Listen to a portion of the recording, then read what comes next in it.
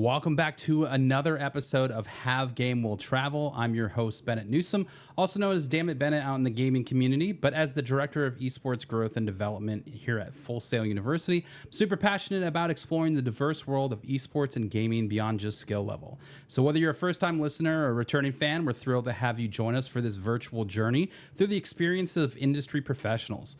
Get ready to engage with our guests and learn from their perspectives. Remember, you can submit questions in chat while live, and we'll feature them here and get your desired answers. So sit back, enjoy the ride as we kick off another Have Game Will Travel with TinyShiny. TinyShiny, welcome. How are you doing today? I'm doing absolutely wonderful today, Bennett. Thank you so much for bringing me on here today. Absolutely. Well, I'm super excited to have you. You recently joined us down on Full Sail's campus at the Full Sail University Orlando Health Fortress for the NACE Grand Finals as one of our casters, and really blew me away as well as everybody else that was in attendance. Talk to me a little bit about yourself. Tell us what you do and how you kind of got started in all of this. Yeah. First and foremost, I am an esports shoutcaster in a couple games, primarily Overwatch, but I also do a lot of work in Rocket League, Apex Legends, and Valorant. Currently, I'm an esports management student at Shenandoah University, studying how to become a professional more in the esports space on the management side of things, as well as I operate some of my own tournaments within the esports scene. So I like to spread myself out and try everything that the esports scene has to offer. Yeah, absolutely. It's a little bit of everything, right? You kind Yeah. of get involved. And I think that's kind of an important piece of the puzzle of working in esports is that you wear a lot of different hats, right? You can Exactly. do a lot of different things. And anytime that something comes up and you're like, oh, I can do that, and that's a huge win for anybody that's got that type of experience and the ability to just kind of transition into those Mhm. types of roles, which is great. So you're definitely killing it. We're obviously big fans of Shenandoah University. Talk to us about the esports management program that you're in there. Yeah. I just wrapped up my first year within the program, actually just this week. So I was just fresh back home from travel, but it was an incredible first year with everything that Shenandoah has to offer. It's very much catered to what the students want to learn and provides plenty of experiential learning opportunities here. The amount of trips that I was able to go on with the school just for networking, running an event down in Myrtle Beach was a ton of fun, and just a lot of hands-on experience, things that you're just not going to find at many other schools. Yeah, absolutely. And I think that's so great. I mean, you guys just did that tournament. Talk to me a little bit about the tournament. Yeah, so Boost on the Beach was a 12-team Rocket League Invitational event that was fully student-run by Shenandoah students in partnership with some local schools as well as Syracuse University down there.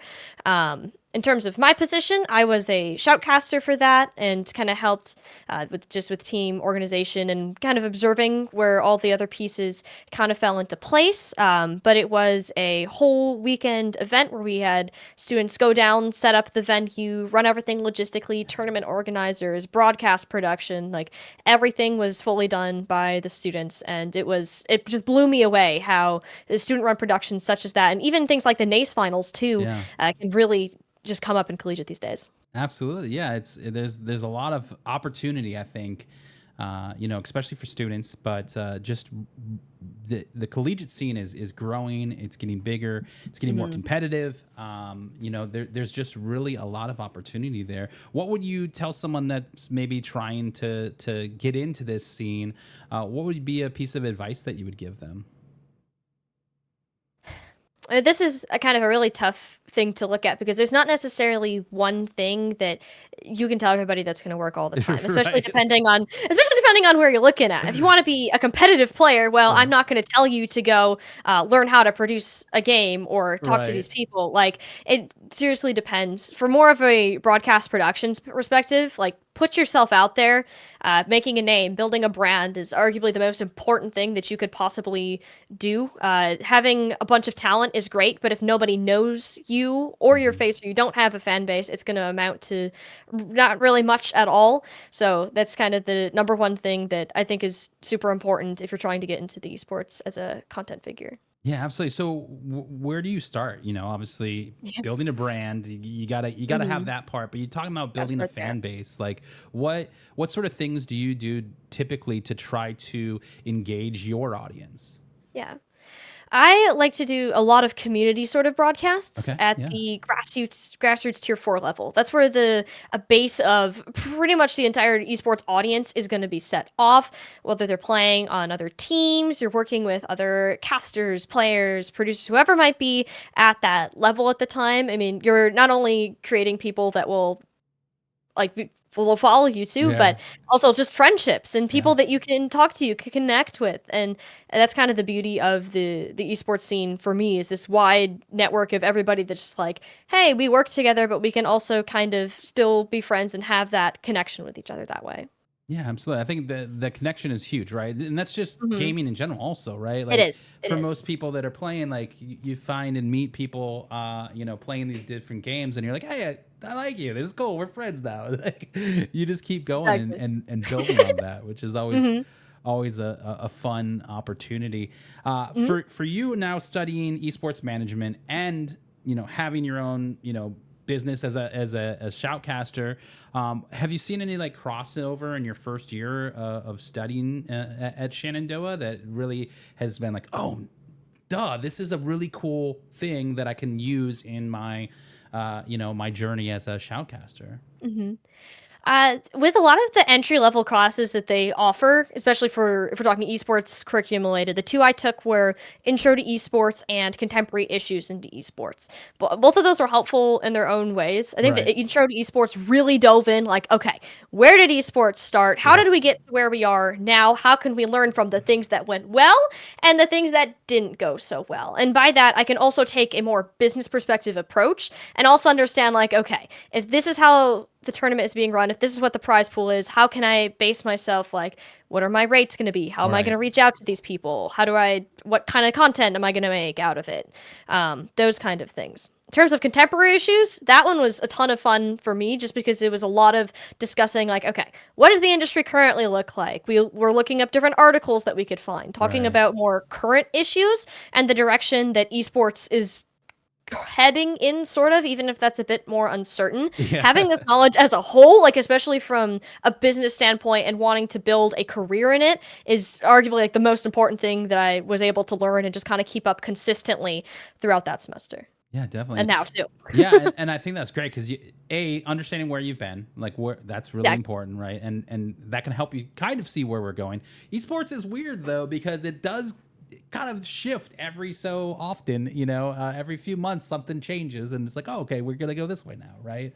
So I'd assume that going through those classes, you really helped build that foundation for you of being like, okay, I can take what's happening and continue to add that to the pile of here's where we've Mhm. been. This is the foundation that we're building, and keep adding to that to really kind of continue your growth as not only someone that's interested in the the industry of esports, but also from a Mhm. casting standpoint.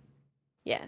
Especially too because I know I do a ton of casting and I do all of that and that's what I market myself primarily Yeah, as, but in reality, you gotta face it. Full-time casting isn't realistic. And it's even the tough. people that are at the very, very top, like you have to cast multiple tier 1 esports in order to make a decent living Yeah, off of that. And even then you're traveling like crazy. You really don't get to settle down and it's an absolutely crazy lifestyle to look at. And I think yeah, that what Shenandoah can offer too is a lot of the focus. Like, I want to go into collegiate esports or even high school. As a matter of fact, I see so much benefit yeah. in kind of investing in this area of esports. Is it kind of we're almost catering Scholastic esports to become this pipeline for pro, both up and down for people that start young and need to go get an education after they've Yeah. hit their peak. They can get esports Yep. scholarships, or people in high school who want to build themselves up. You can do things like that too. Absolutely, and I think even to throw back to what you had mentioned before about your brand, right? Like Mhm. diversifying as a caster is Exactly. important, right? Like, does that mean that you have to be a content creator? No, it doesn't. But that's a good avenue because you're already got the personality. You're already talking. You're used to Exactly. having the camera in front of you. Like, hey, let's try to continue to build that vertical, right? And all of a Mhm. sudden you've got multiple things moving. That can go and help you grow a lot when it comes to some of the things that you're doing. How do you find, the balance there between that as someone studying, your current college student, casting and any other Yep. things that you've got going on? What's that balance like? It takes a lot of Google Calendars, I'll Yeah, tell you that. for But sure. yeah, there's always like a couple weeks every semester where I'm booked every single day. Like I think right now I might be done with the semester, but I don't have a free weekend until July 13th. Everything else is filled with something that's esports related, casting, running a tournament, going to an event, whatever that might be. So, um, it's things like that where I need to really prioritize what Yep. comes first. School comes first for me, first and Obviously. Yep. foremost. Yep. Obviously, yeah, yeah, yeah. It's the right I've answer. Your exactly. professors will Hey, all hey. be very happy about that. I haven't missed class. And hey, I've only missed a couple days of classes, just because of traveling to events. Which thankfully, I've been really lucky that my professors are so accepting and That's cool. understanding of what I do. They're Yep. like, okay, this is a career opportunity. Yeah. We Real won't really world punish you too experience. heavily. Yeah, so I've been able to take advantage of a lot of these opportunities now. When it goes into kind of this next semester or so, I am a little bit worried, just because I know my classes are going to get a lot harder. My Yeah. schedule's already looking a lot busier. So it's just a constant shift of like, Yeah. okay, what is going to be most important for me at this point in time outside of school? What can I prioritize and make that work there? Good, good. And hey, Yeah. that is the most important thing is a your classes, right? You're Yeah. getting that done, like you said. But Hmm. prioritizing your time very important. Obviously, you've had a lot of experience now as a collegiate caster. What's been one of like your most memorable moments casting collegiate esports? Oof. That's really tough. I have so many. I love the collegiate esports scene. I know I haven't been around it a ton, but it's definitely been my favorite area to cast in, just because there's just like so much passion within the space for people who want to compete, and then you're building communities around the school, and being in a LAN environment to really kind of feel that same energy Yeah. is one of my favorites. Which, for that reason, I honestly need to pick the NACE Star League Grand Finals. Being in Right that choice. room Right with choice. all I of like those people. it. And honestly, like just seeing all of these people come together for an event, and not just students, not just players. Like there were families that Yeah. were coming in to watch esports. You had different friends, and it was just such a wide variety of people that I'm like, wow, this is really starting to reach a greater population. Absolutely, yeah. And it's so cool when I have the luxury of being able to see a lot of events at the Fortress, right? Hmm. And that's a pretty common occurrence that you see families come down to support their Yeah. either their kids or their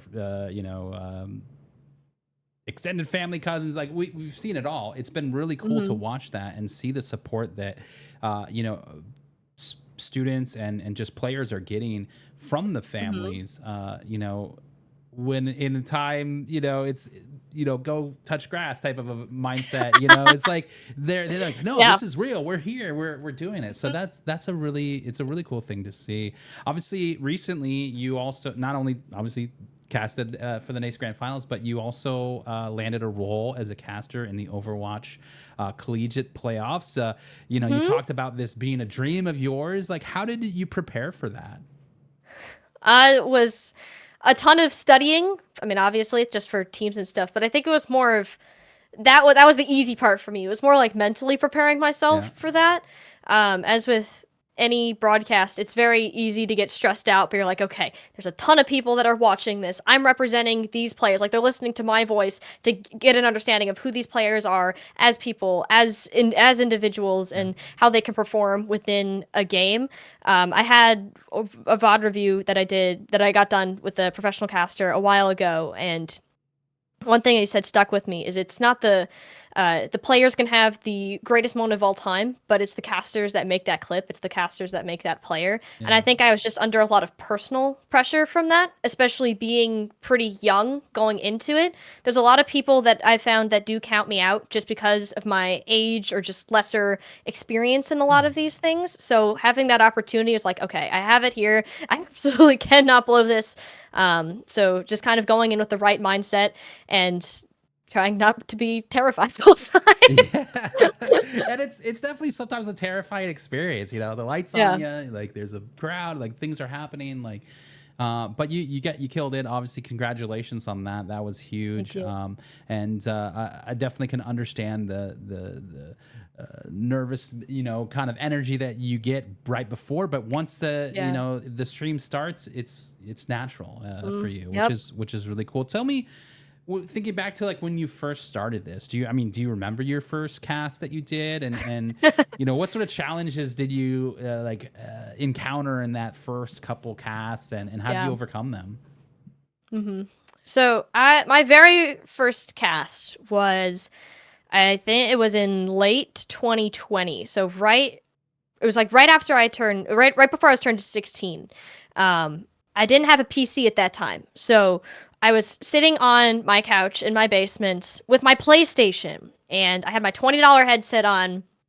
I was observing the game, producing the stream, and casting it all by myself, just solely for fun. They asked for somebody to do it last second, like, you know what? Hey, this sounds cool. It's the middle of COVID. I have nothing else to do, so we might as well do that. Yeah. I wasn't scared. It was just kind of like, okay, this is a pretty easy flow of things, and I really wasn't nervous at all at the time. Like, it was just like, all right, this is so cool. I really like doing it, and it kind of kept building up like that for a while. I didn't even get a PC until my 17th birthday, so I wasn't able to really do anything big outside of it. Not to mention, my parents were very hesitant to let their underage daughter use a camera and microphone and let that be on the internet forever. Right. Understandably, I don't blame them. If I was them, I probably would have been the same way.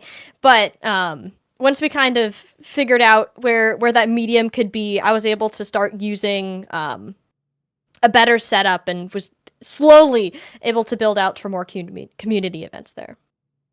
That's great. And the community events, like building Hmm. that is such a rewarding experience, right? You're Hmm. able to not only meet other people, but you're able Oh to yeah. provide like a foundation for something that could eventually grow into something greater. And I feel like you've done a lot of that so far in your career.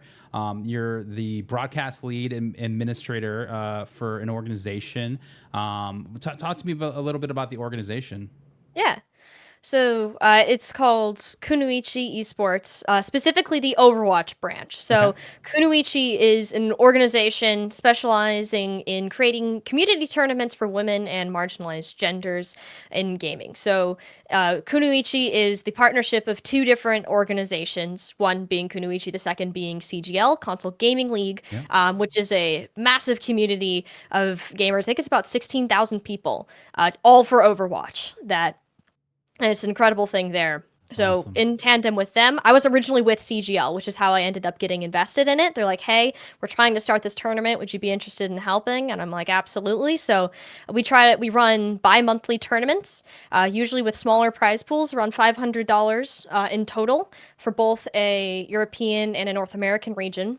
We started off with a total of 4 teams for our very first event, almost a little bit less than a year ago now. And now we've moved up to our last event, had 23 teams across all regions and multiple skill tier levels as well. So it's great to have this environment for not only players and teams to grow, but also have new broadcast talent kind of test out their skills and have their first experience on a paid broadcast. Yeah, that's awesome. And giving, someone that platform to, participate in casting for Hmm. their first time, that's a huge deal. Like, do you feel like that's something when you look at it yourself, that's like, hey, I want to give this back. Like, I want to Hmm. provide this opportunity for others to help pave the way for them. Just similar to yourself, like you found this thing that like, hey, this is cool. Someone asked me to do this, but now I'm doing this. Now this is a real thing for me.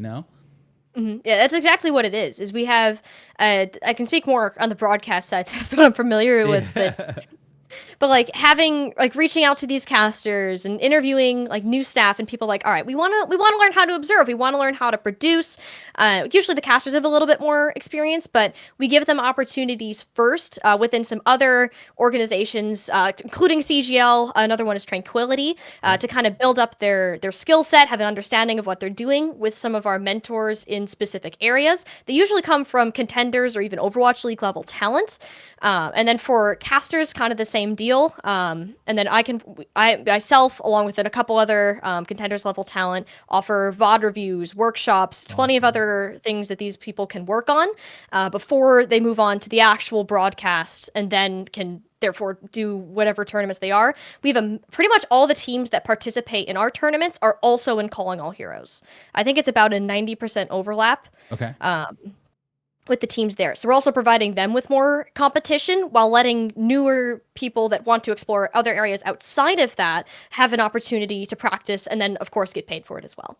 Very cool. And talk to me like about the VOD reviews, because obviously in the competitive scene, we understand what a VOD review is, but from a like casting standpoint, that's something different, right? Like talk to us a little bit about what that looks like and what really goes into that.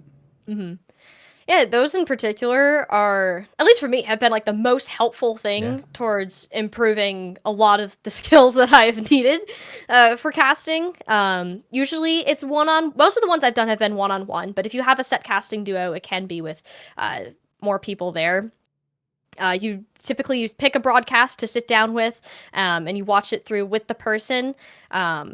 And they'll go back, they'll give you feedback on like, okay, watch your cadence here. What are your crutch words? How did you approach this fight? What sort of narratives are you pulling from? So like all the intricacies of casting, ranging from a beginner level, which is like, all right, what are your basics? How do we throw to another individual? What key signs do we need to be looking for in the game to know what we should be talking about?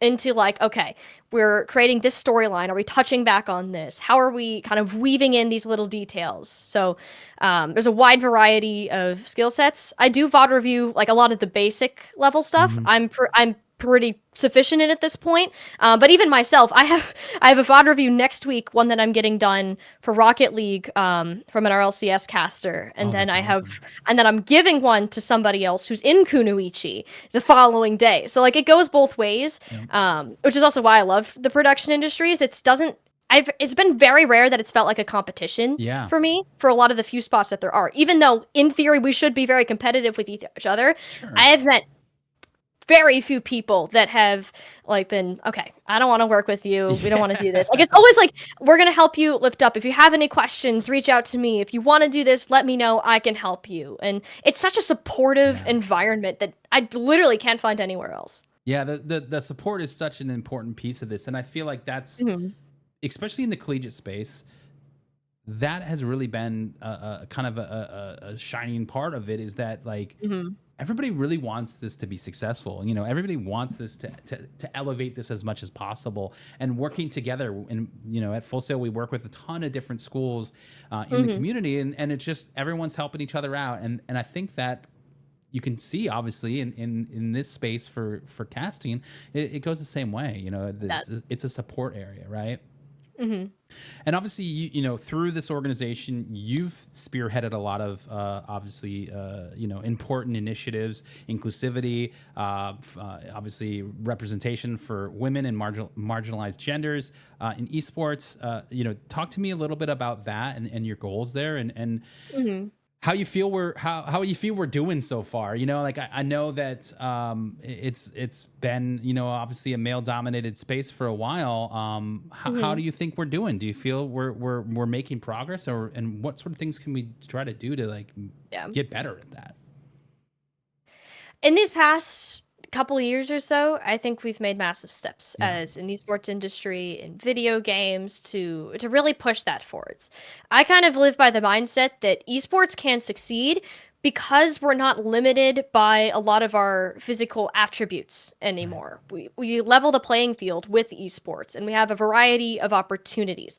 Women and marginalized genders who often can feel that they don't fit in a lot of male-dominated spaces can find that same community within esports. I think that's kind of one of the greater parts of it being online, is that you're less worried about your appearance as your physical self. You can focus more on your work. You can make these great connections in Right.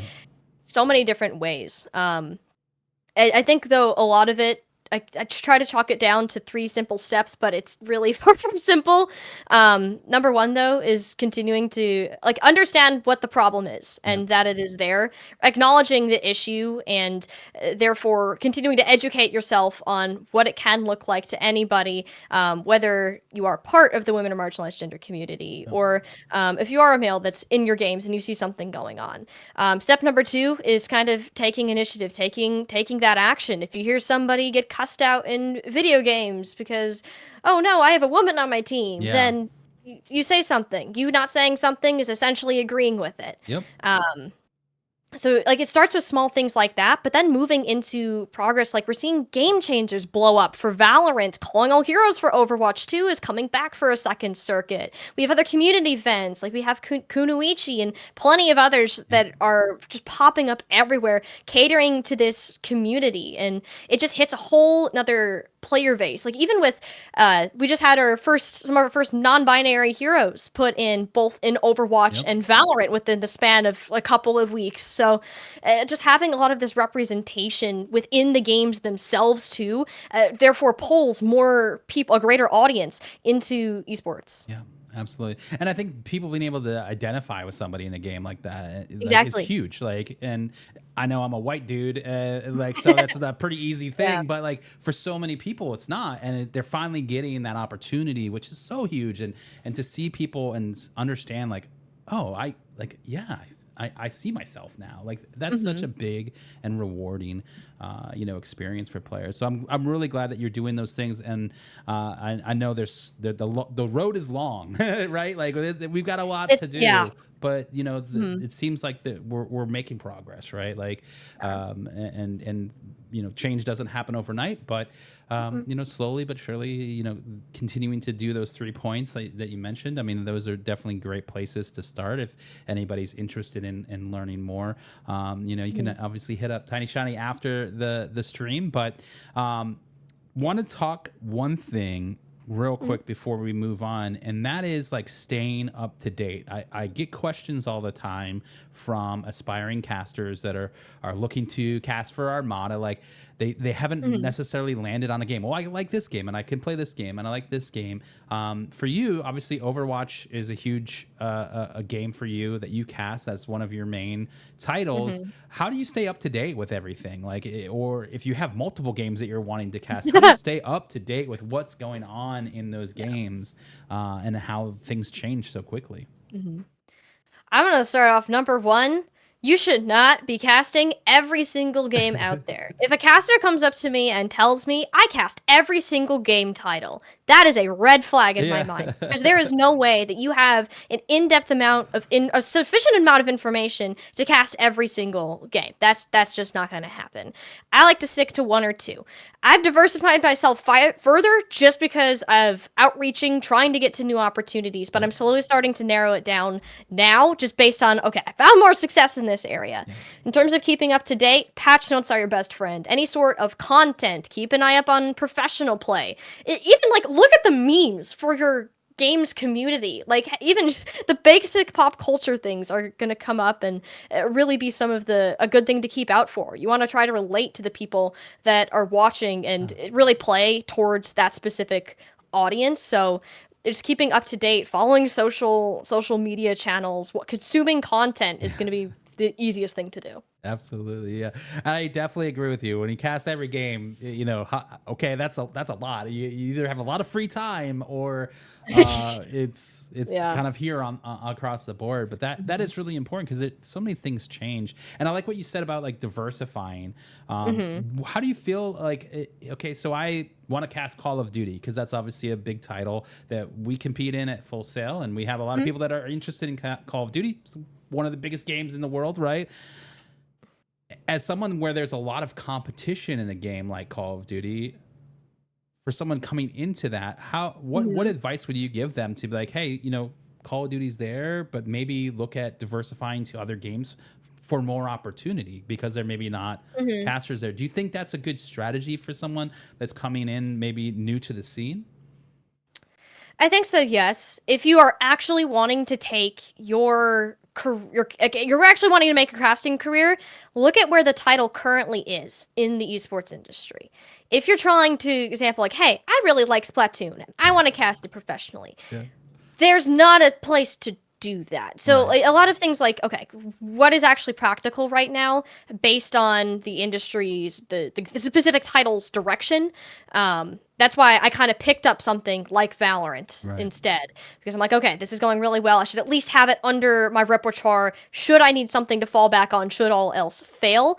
But in another instance like Rocket League, where it's a little bit iffy, and a lot of things, especially with casting, you have to be like, okay, what's actually realistic? How much time and energy should I put into this title? But it is important to try to maintain something that you are passionate about. Like, if you really want to cast that Splatoon, go for it. Do whatever you want to do, but you have to also be realistic about those expectations that you have just based on the general you're at the mercy of the game developer on that one. Yeah, absolutely. And so, yeah, that's a good point. I mean, finding kind of like having a backup plan as well. Like, hey, if this doesn't go in the right direction, because this game is currently in its weird spot, right? Like, I should Exactly. also diversify enough to know, hey, there's another game that I'm interested. I like playing Valorant, so I'm gonna go focus on that. I can really start to learn that and get a better understanding, so that when opportunities arise, I can try to jump on them.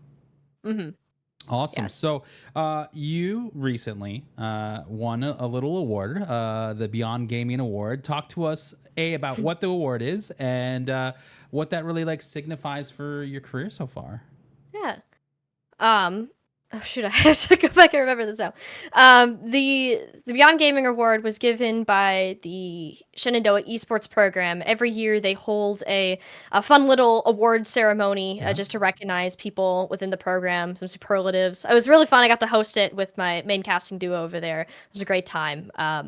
But for this award specifically, it recognizes significant career growth and a lot of work put in both to program esports program activities at Shenandoah, but also going beyond that into diversifying into more of the wider esports industry. I think to me it really meant a lot. It's very for me it's always been hard to like understand myself, the like, okay, I'm doing this. I know I never really expected to be here. Right. I'm like I'm just kind of going day by day, hoping for the best. But it was hard to feel like I accomplished that much, and then kind of hearing that from other people, and you're like, okay, like this is real. Like I can do this now. This is it was a great moment of like, it's not just in my head. Yeah. you know For sure. I was really shocked that I won that. I was crying a little bit at the end, but it also is like pressure on for my next 3 years of university. 3 years at the school. There's so many great things that we can do as the Shenandoah Esports program, and I'm so happy to be a part of it. Accomplishing this much in 1 year, though, set the standard high. Yeah. It's like now I really, really have to emphasize and focus on how can I manage to meet this again? How can I do better? How can I keep pushing myself forwards? Yeah, and I think that it just reinforces that what you're doing is right. Like, hey, like, Yeah. okay, cool. Like, I'm working in the right direction, and maybe some of that like imposter syndrome goes away, right? Because like, oh, I did a thing, and they gave me an award for it. I'm doing the right thing. Yes. Yeah. And the hard part too is that with casting or just esports in general, there's not a ton of people that no, like you're not taught by anybody. It's not like there's this really set curriculum about Right. what you're doing. There's not one path to get where you're going. And for me, it was a lot of just like, okay, I need to figure this out on how I go. I started an LLC. Okay, how do I do my taxes? How do I create invoices? How do I negotiate? Like, I don't know what I'm doing half the time. Like, I had to take all of this and learn it by myself and just hope that I was doing it right. Right. And it goes exactly the same with a lot of like the artistic things that casting can provide. So hearing things like that from other people is just, it's great. Like awards in esports I know are kind of controversial to just because there's a lot of great people and You want to award everybody. you want to award everybody, Yeah. but it's just not it's just not how it is. And I think that having these small points of recognition do help people that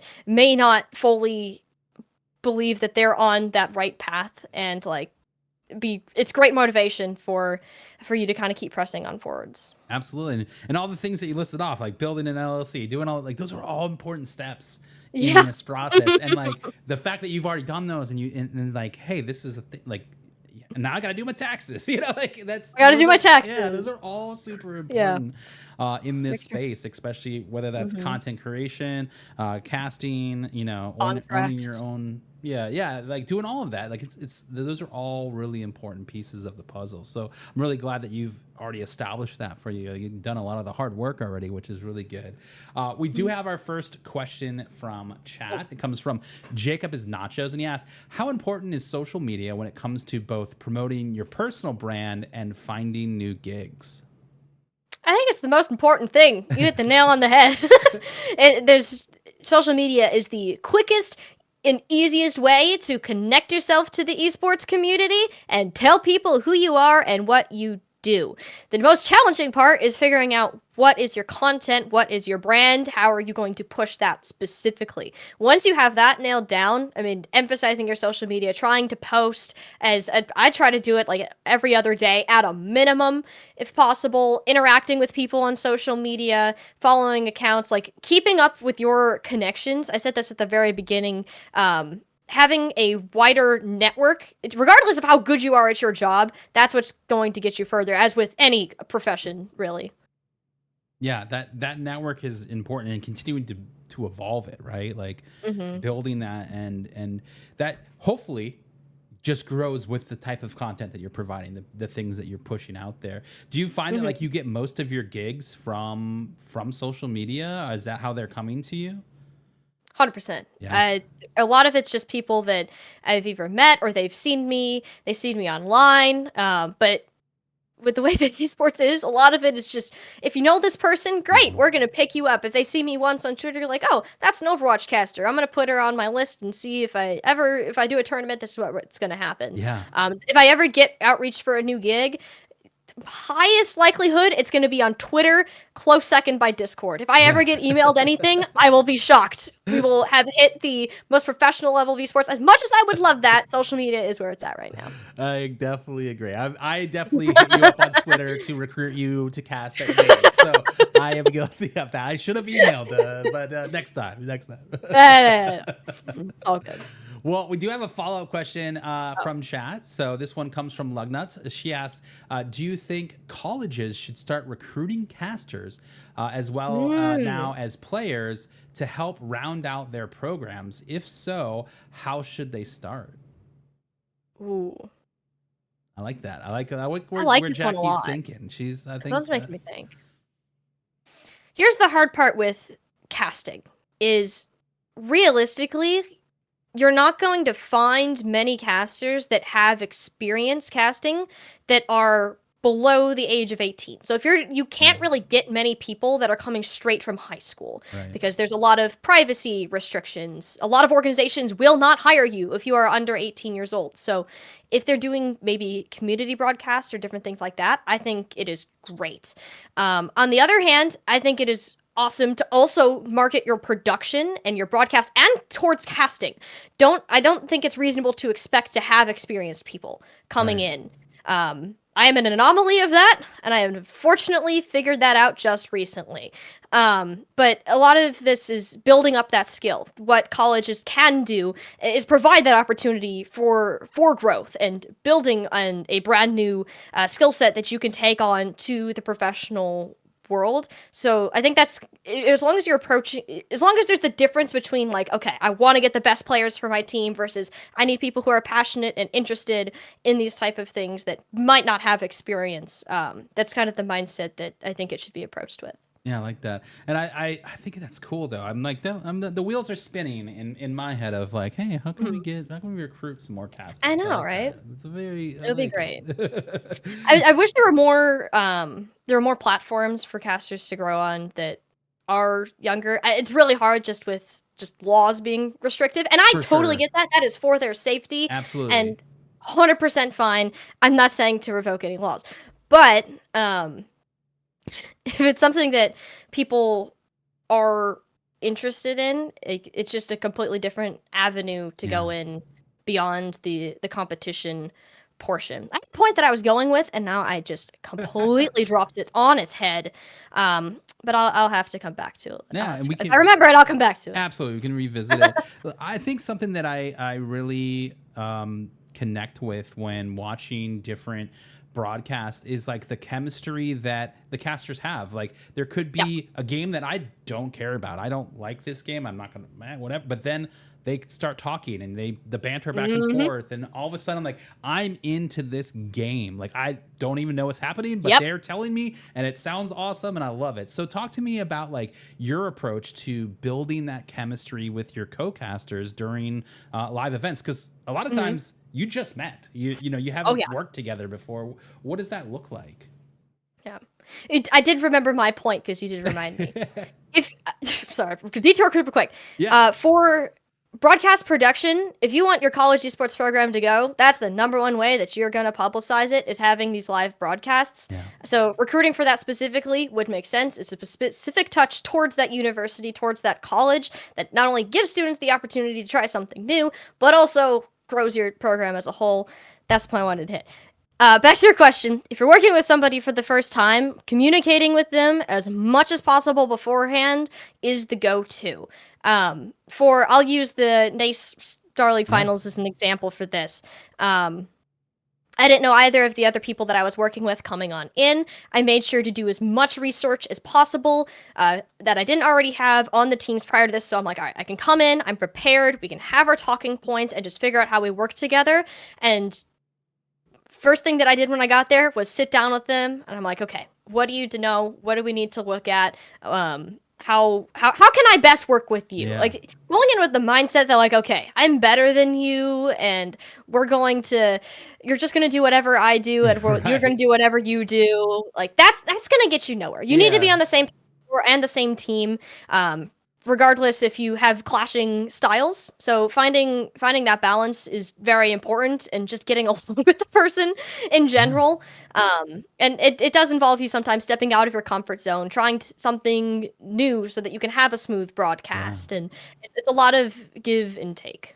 Yeah, no, and that I totally agree, and I think it's coming in and leaving and like the ego at the door, right? Like Hmm. kind of like, hey, you know, I'm new situation here. I am. We're gonna make this work, right? And Yes. that's super important. I'm glad that you shared that, because I just think that there's so many people that are like, oh, it's me, I'm the guy, right? And then they get there, and then there's another guy, or you know, whatever. Like there's Hmm. two people here, and that it's clashing, right? And so being able to give and take a little bit, I think is a big deal. So I'm glad that you said that. Hmm. Has your like perspective on esports evolved really since you started this journey? You know, from not even just the casting standpoint, but esports Hmm. as a whole, from maybe the management side as well.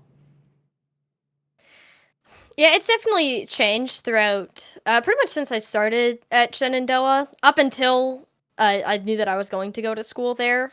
It was fully just a for fun. This is a gig-based Yeah. thing. This would never be a career. And then I was able to learn about the potential career paths, opportunities that can be taken there, but also experiencing myself some of the other benefits that esports can have, especially like starting this during COVID. Yeah. Who was I going to talk to? I didn't have people. I had recently dropped out of public school and did a fully online private school where I didn't really interact with anybody. So it also became my community, my friends, my player base, and it was just there's so many people that just find like your absolute best friends online, and you can turn it into so much more. Esports gave me a direction when I didn't really feel like that I had one.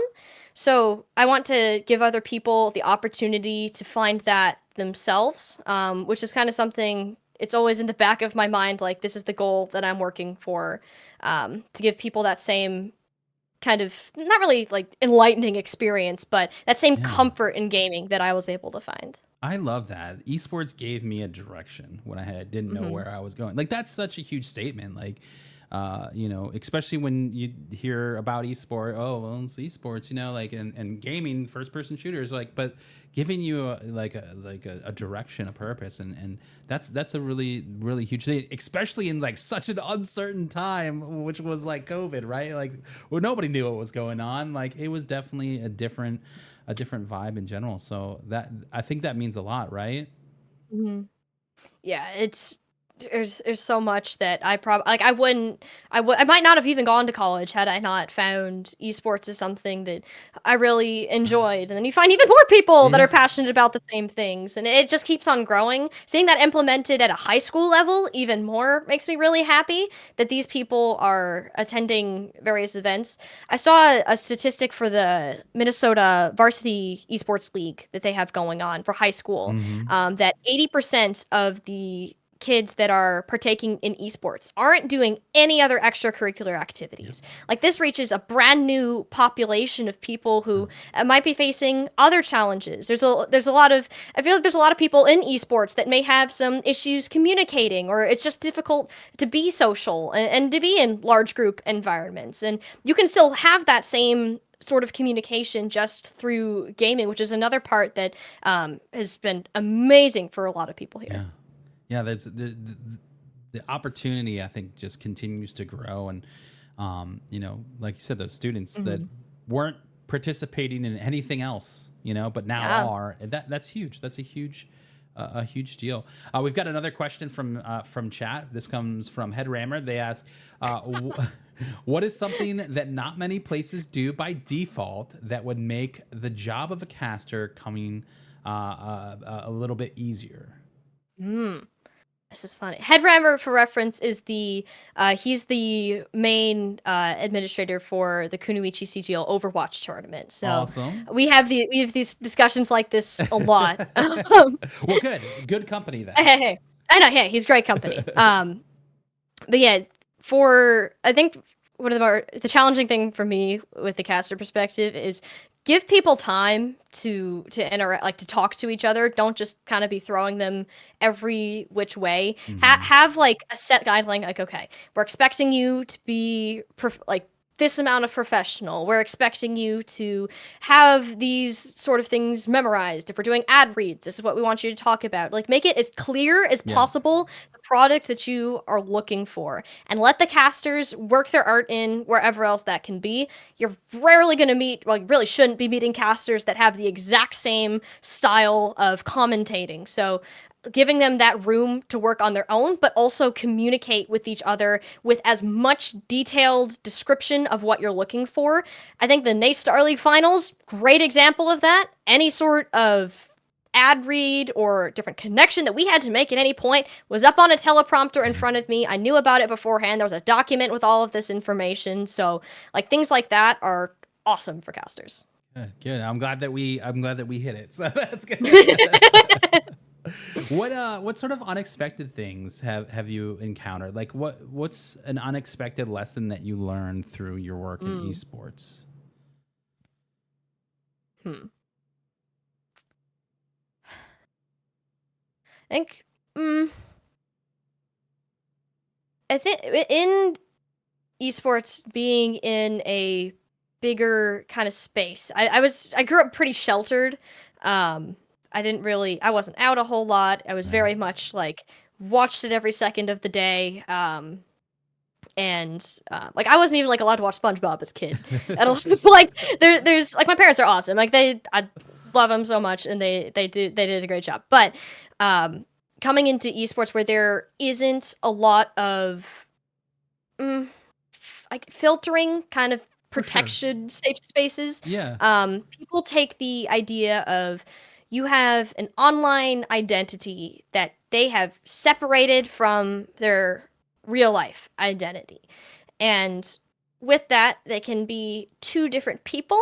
Some people, as you know, can take that in the wrong direction.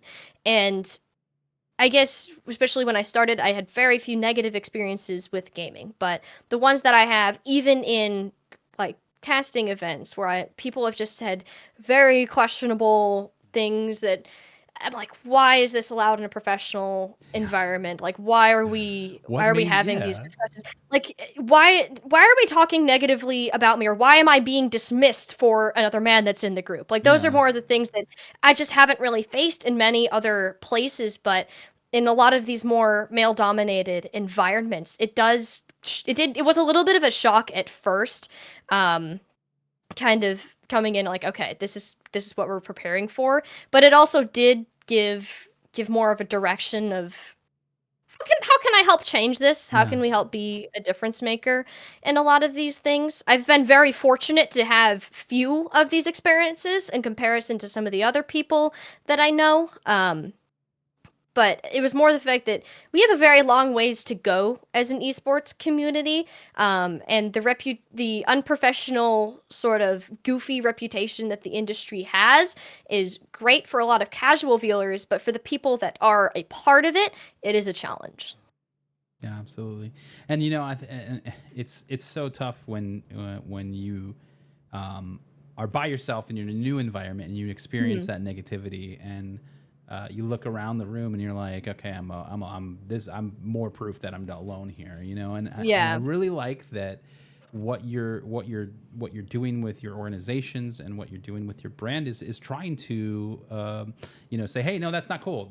We call that out. We Mhm. say, no, hey, this doesn't fly here, right? And I Exactly. think the courage to say those things is so important. And when you step up to the plate and you do it, sure, they may say stuff back to you, but you said it and other people heard it, and that's the Exactly. most important part. Is someone's gonna go, hey, you know what? She's right. That was messed up. Like that's Mhm. you said that out loud. You realize that? Like, like there's Yeah. just things that like you don't realize that how big of an impact you have when you say no. Like, hey, that's not cool. So Exactly. kudos to you on that, because that is a tough thing. It is a challenge. It's easy to let it slide, and then you are acknowledging that, hey, that's okay, that can fly, right? Like, Yeah. so really proud of what you're doing, and the Mhm. strides that you're making towards more inclusivity, and really Mhm. combating that toxic behavior, because that's all it really is just an Mhm. unwanted element in this space, because this space is so great and we're going to get Mhm. only better. So Yeah. for you looking forward, do you have any projects that you're working on, events that are coming up that you're super excited about? I do. I have quite a few in the works. I'm trying to think of which ones I can talk about. Hang on. Yeah, don't bring Um any NDAs no, yet. no, not today. You heard it first here, Um guys. Listen, ready? um let's see. In we are currently working on setting up our next Kunoichi events once we can figure out dates. Unfortunately, again, I don't have a free weekend until Yeah. July 13th, so we're a little stuck on that one. But we're in the works for our next event there. I'll be going to Dallas DreamHack just to first to have fun with friends, to network, but also work on some content stuff while it's there. I'm going to the NACAD conference in June, and I have one other trip that I can't talk about, and three other casts that are coming up that I'm pretty excited for. So the grind really does never stop with a lot of these things. Oh yeah, I forgot. I start an internship next week with our with our local park district here. Okay. I'm working with their recreation department, both in like general operations about how that works, but also to help them potentially build an esports program in some way that they can cater that to to the community Yeah. here, which I'm really excited to do. I love that. I love that you're giving back so much. It just seems like that's been a big focal point of your brand, almost, right? Like that you're really trying to give back to your community, to people like yourself, and that's just a huge deal. So I'm excited for all of your casts coming up. Where can people find you? How do they connect with you?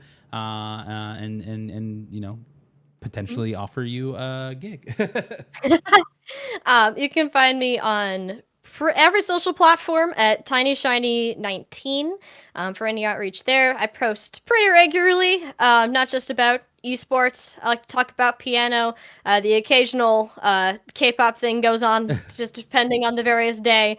But yeah, would love to continue to connect with more people and further invest myself into the collegiate esports scene. It's only my first year done with school. I have 3 more to go, and I want to take every single opportunity that I can to grow myself and help the collegiate esports space expand further. Absolutely. And before we go, we Mm. have another question from Headrammer, and they Oh ask, boy.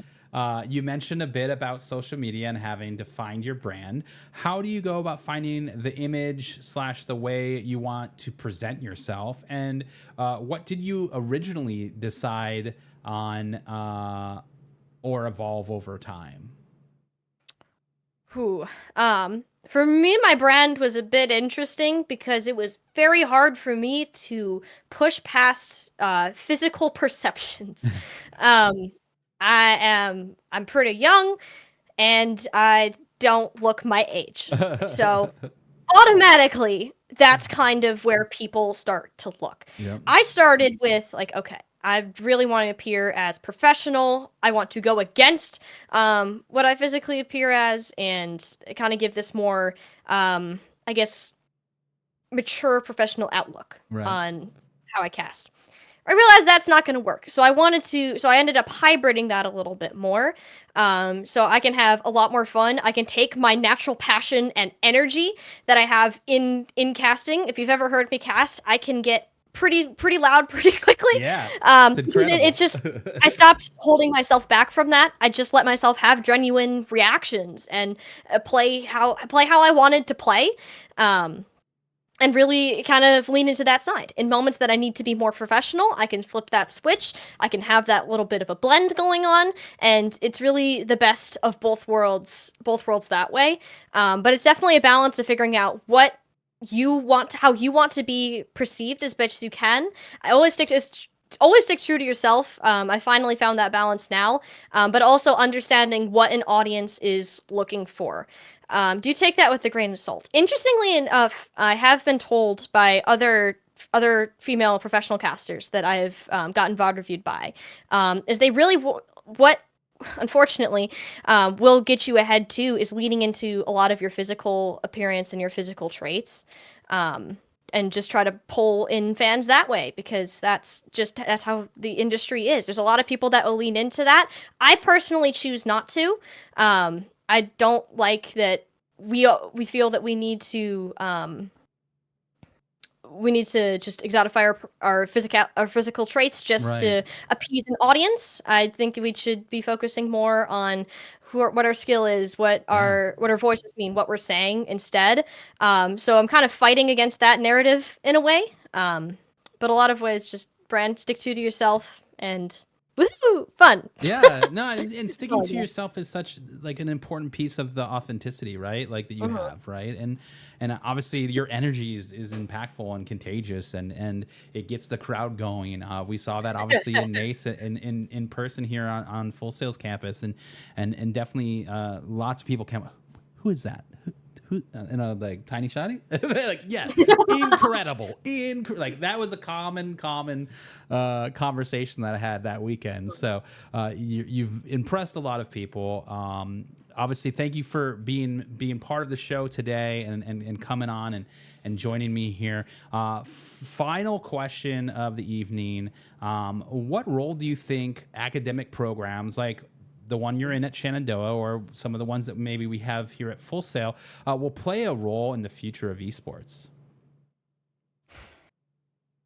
Where programs like we're seeing at Full Sail, at Yeah, Shenandoah, at Harrisburg, whatever other schools that they may be, this is like the next generation yeah, of esports professionals. I think they're doing a great job by making students understand where esports came from, giving them practical experiential learning opportunities to work in real time. That is absolutely invaluable experience, but also showing them that hey, this isn't all sunshine and rainbows. Like right. you're preparing the next generation of professionals that are wanting to move forwards.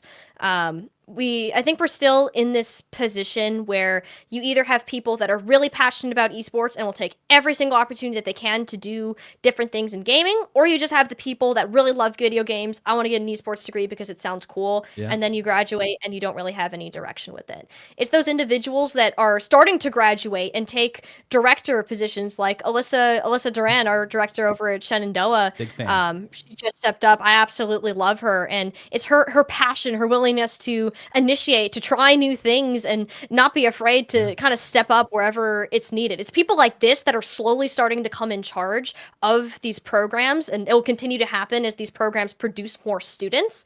That are going to push the collegiate esports scene and the professional esports scene forwards. Yeah, absolutely. And I think to go back to something that you said earlier, like esports gave me direction. Like Yep. that state, like seriously, I got like goosebumps saying it. Like that, like for real, like that's such a really powerful thing, and I'm thankful that you shared it with us, because it really can change your life. It can change your direction. It can change everything. So thank you so much for sharing your time with us today and being a guest here.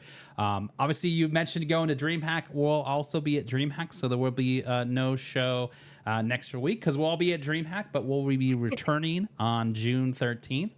So definitely tune back in. And TinyShiny, thanks again for being here. Guys, we will see you on June 13th. Have a great night.